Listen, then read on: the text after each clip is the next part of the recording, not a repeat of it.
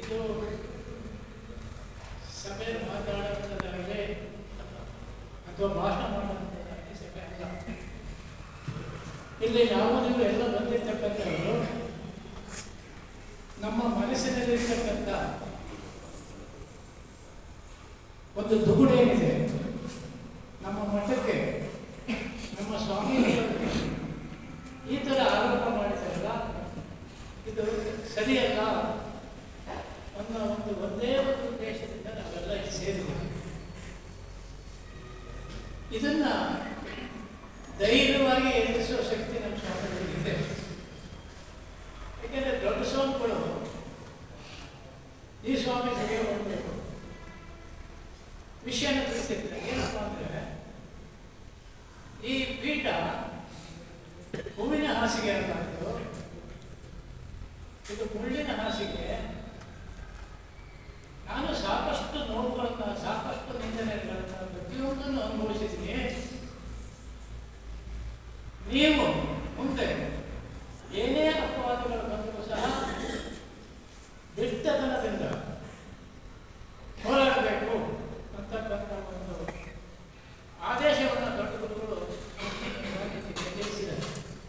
ಅದೇ ರೀತಿ ಇವತ್ತು ಬಹಳ ದಿಟ್ಟತನದಿಂದ ಹೋರಾಡ್ತಾರೆ. ಯಾಕೆಂದರೆ ಎದುರಿಗಿರ್ತಕ್ಕಂಥ ಫೋರ್ಸ್ ಇದೆಯಲ್ಲ, ಅದು ದೊಡ್ಡ ಫೋರ್ಸೇ. ಆ ದೊಡ್ಡ ಫೋರ್ಸಿಗೆ ಎದುರಾಗಿ ತೀರ್ಮಾನ ತಗೊಳ್ಳೋದು ದಿಟ್ಟತನದ ಒಂದು ವಿಷಯನ ಮೈನ್ ಆಗಿರ್ತಕ್ಕಂಥದ್ದು ನಮ್ಮ ಭಕ್ತರು. ಯಾಕೆಂದ್ರೆ ಜನಗಳಿಂದ ರಾಜಕೀಯದರಾಗಿರೋ ಹೊರತು ರಾಜಕೀಯದಿಂದ ಏನು ಜನಗಳಾಗಿಲ್ಲ. ಜನ ಇದ್ದರೆ ರಾಜಕೀಯದ ಮುಖಂಡರು. ಅದನ್ನ ಎಲ್ಲೋ ಕೆಲವೇ ಜನಗಳು ಯಾವ ಕಾರಣದಿಂದ ಗೊತ್ತಿಲ್ಲ ಅನಾವಶ್ಯಕವಾದ ಒಂದು ಅಪವಾದ ಮಾಡ್ತಾ ಇದ್ದಾರೆ.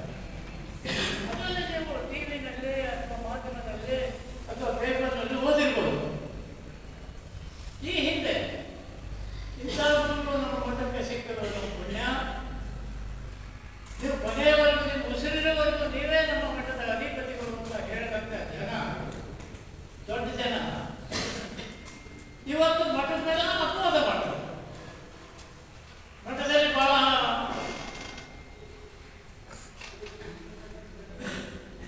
ಇದಾಗಿದೆ, ಏನಾಗಿದೆ, ಹಣಕಾಸಿನ ವ್ಯವಸ್ಥೆ ಸರಿ ಇಲ್ಲ, ನೀವು ಒಂದು ಮನೆ ಮಾಡಬೇಕಿತ್ತು, ಇನ್ನು ಮನೆ ಮಾಡಿಲ್ಲ, ಎಲ್ಲ ಆಸ್ತಿನೆಲ್ಲ ನಿಮ್ಮ ಹೆಸರಿಗೆ ಮಾಡ್ಕೊಂಡ್ಬಿಟ್ಟಿದ್ದೀರಿ, ಇದು ಸರಿಯಲ್ಲ ಅಂತ. ಅದಕ್ಕೆ ನಮ್ಮ ಸ್ವಾಮೀಜಿಯವರು ತಕ್ಕ ಉತ್ತರವನ್ನು ಕೊಟ್ಟಿದ್ದಾರೆ.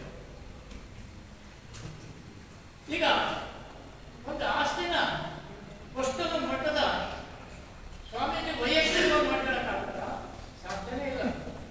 ಅದು ಮಠಾಧಿಪತಿಗೆ ಯಾವುದೋ ಕಾರಣದಿಂದ, ಅದು ಇನ್ಕಮ್ ಟ್ಯಾಕ್ಸ್ ಇಂದ ಸಮಸ್ಯೆ ಬಂದಿತ್ತು ಸೆಂಟ್ರಲ್ ಗೌರ್ಮೆಂಟ್, ಅದನ್ನು ಅವಾಯ್ಡ್ ಮಾಡೋಕ್ಕೋಸ್ಕರ ಈ ರೀತಿ ಎಲ್ಲ ಮಾಡ್ತಾರೆ. ಯಾಕಂದ್ರೆ ಅವರಿಗೆ ಗೊತ್ತಿದ್ದು ಸಹ ಅಪವಾದ ಮಾಡ್ತಾರೆ. ಈ ಅಪವಾದನ ನಮ್ಮ ಎಲ್ಲರ ಮನಸ್ಸಿನಲ್ಲೂ ಇದೆ. ಇದು ತಪ್ಪು. ನಾವು ಸ್ವಾಮೀಜಿಗೆ ಒಂದು ಹೋಗಿ ನಮ್ಮ ಒಂದು ಮನಸ್ಸಿನಲ್ಲಿರ್ತಕ್ಕಂಥ ಮನದಾಳದ ಒಂದು ಭಕ್ತಿಯನ್ನು ಅರ್ಪಿಸಬೇಕು ಅಂತಕ್ಕಂಥ ಒಂದೇ ವಿಚಾರದಲ್ಲಿ ಒಂದಿಷ್ಟು ಜನ ಬಂದಿರೋದು.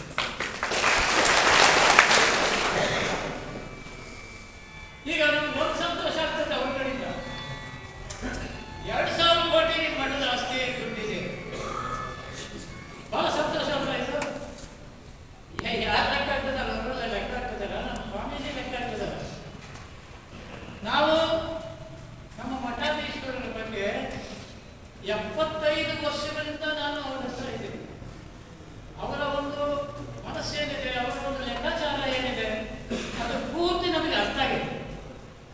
ನಾವು ಒಂದು ದಿವಸ ನಮ್ಮ ಕಾನ್ವೆಂಟಿಂದ ಲೆಕ್ಕ ಕೊಡಕ್ಕೆ ಬಂದಾಗ ರಾತ್ರಿ 10:30 11 ಗಂಟೆ ಆಗಿತ್ತು. ಎಲ್ಲ ಲೆಕ್ಕ ಮಾಡಿದರು, ಒಂದು 50 ರೂಪಾಯಿ ಡಿಫರೆನ್ಸ್ ಹೊಡೆಯೋದು. ನಾವೇನು ದೊಡ್ಡ ತಿಪ್ಪು ಹೇಳಂಗಿಲ್ಲ, 50 ರೂಪಾಯಿ ಏನು ಮಹಾ. ಆದರೆ ಅದೊಂದು ಬಸರಾದಂಥ ಅಕೌಂಟ್ಸ್ ಆಫೀಸರ್ ಇದ್ರು. ಆ ಅಕೌಂಟ್ಸ್ ಆಫೀಸರಿಗೆ ಕೊಟ್ಟರು, ನೋಡಪ್ಪ ಹುಡುಕು ಅಂತ. ಅದೇನಾಗಿತ್ತು, ಶುಭವಾಗಿ ಸಿಂಡಿಕೇಟ್ ಬ್ಯಾಂಕ್ನಲ್ಲಿ ನಮ್ದು ಅಕೌಂಟ್ ಇತ್ತು, ಕಾನ್ವೆಂಟ್ ಇತ್ತು. ನಮಗೆ ದೂರ ಆಗ್ತದೆ ಅಂದರೆ ಹೊರಗೆ ಟ್ರಾನ್ಸ್ಫರ್ ಮಾಡಿದ್ವಿ, ಪಾಸ್ಬುಕ್ ಅಲ್ಲೇ ಉಳ್ಕೊಂಡು 50 ರೂಪಾಯಿ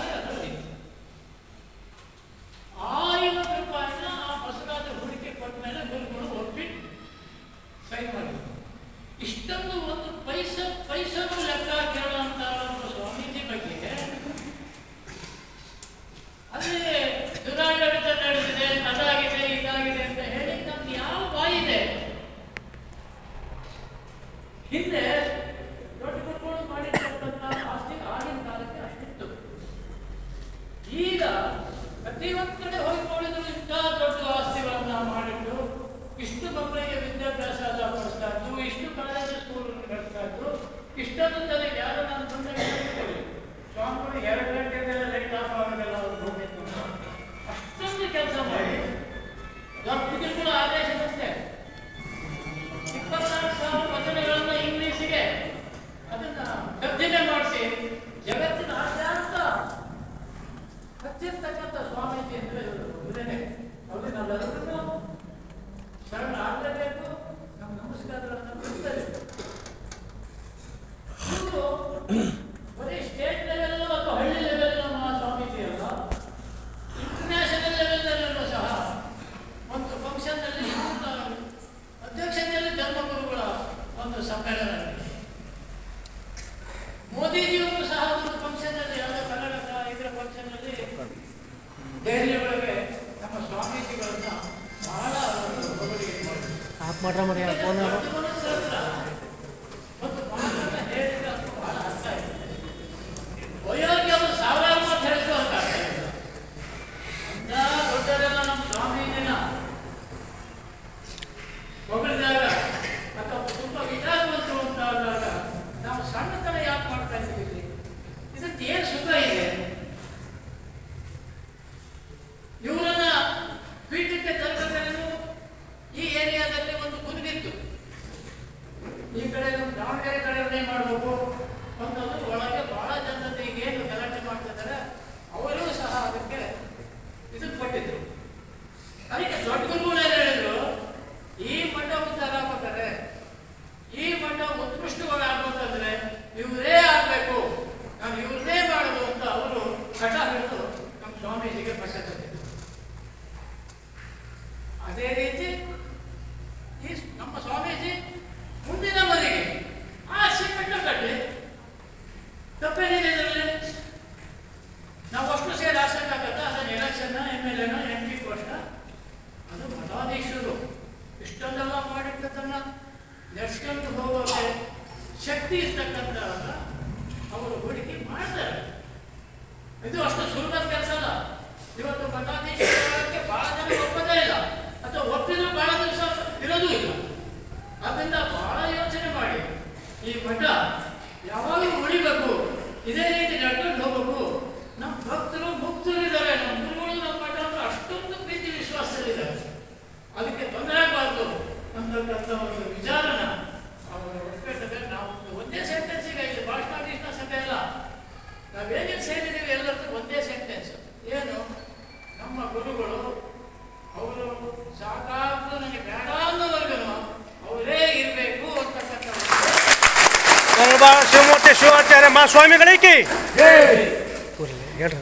ಹಣಕಾಸಿನ ವ್ಯವಹಾರದಲ್ಲಿ ಮಠವು 2,000 ಕೋಟಿ ಹಣ ಗಳಿಸಿದರೂ ಸಹ 1 ಪೈಸೆನೂ ಅವ್ಯವಹಾರ ನಡೆದಿಲ್ಲ ಅನ್ನೋ ಒಂದು ಅನಿಸಿಕೆಯನ್ನು ನಮ್ಮ ಗ್ರಾಮದ ಬುಡಮಾಟರು ಸಲ್ಲಿಸಿರುತ್ತಾರೆ.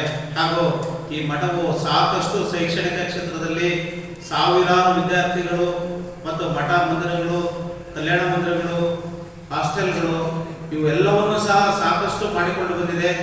ಹಾಗೂ ಅತಿ ಹೆಚ್ಚಾಗಿ ಇತ್ತೀಚಿನ ದಿನಗಳಲ್ಲಿ ಬರ ಬಂದಂಥ ದಿನಗಳಲ್ಲಿ ಏತ ನೀರಾವರಿಯಾಗಿ ನೀರನ್ನು ತಂದಿರ್ತಕ್ಕಂಥ ಭಗೀರಥರಾಗಿ ಸಹಸ್ರಾರು ಎಕರೆ ಕೆರೆಗಳನ್ನು, 100 ಕೆರೆಗಳನ್ನು ತುಂಬಿಸಿರ್ತಕ್ಕಂಥ ನಮ್ಮ ಶ್ರೀಗಳು ಇವರಿಗೆ ನಿವೃತ್ತಿಯ ಒಂದು ಬೇಡ, ಇವರು ಮುಂದುವರಿಬೇಕು ಅಂತ ತಮ್ಮೆಲ್ಲರ ಬೆಂಬಲದೊಂದಿಗೆ ಇನ್ನೂ ಸಹ ಇವರು ಇರಬೇಕು. ಬೈಲಾದಲ್ಲಿ ಏನೇ ಇಲ್ದಿದ್ರು ಸಹ ವಿನಾಕಾರಣವಾಗಿ ಚರ್ಚೆ ಮಾಡ್ತಾ ಇದ್ದಾರೆ. ಯಾವುದು ಏನೇ ಚರ್ಚೆ ಮಾಡದಿದ್ರು 4 ಗೋಡೆ ಮಧ್ಯದಲ್ಲಿ ಮಠದಲ್ಲಿ ಆಗತಕ್ಕಂಥ ಬೆಳವಣಿಗೆಯನ್ನು ಬಿಟ್ಟು ಎಲ್ಲೋ ನಮ್ಮ ಷಣ್ಮುಖನವರು ಹೇಳಿದಂಗೆ ರೆಸಾರ್ಟ್ ಮತ್ತು ಇನ್ನೊಂದು ಕಡೆ ಮಾಡತಕ್ಕಂಥ ರಾಜಕಾರಣವನ್ನು ಬಿಟ್ಟು ಬೆಂಬಲಿಸೋಣ ಅಂತ ಹೇಳ್ತಾ, ಇನ್ನೋರ್ವ ಮುಖಂಡರಾದ ಕರಿಬಸಪ್ಪನವರು ತೇವಚಟ್ಟಳ್ಳಿ ಇವರು ಹಿರಿಯರು, ಇವರು ಆಶೀರ್ವಾದ ಪಡೆಯಬೇಕು, ಮಾತನಾಡೋದಿಲ್ಲ ಅಂತ ಹೇಳ್ತಾರೆ. ದಯಮಾಡಿ ಪೂಜೆ ಹತ್ರ ಆಶೀರ್ವಾದ ಪಡೆಯಬೇಕು ಅಂತ ಕೇಳ್ಕೊಳ್ತಾ ಇದ್ದೀವಿ. ಕರಿಬಸಪ್ಪನವರು ತೇವಚಟ್ಟಳ್ಳಿ ಹಾಗೂ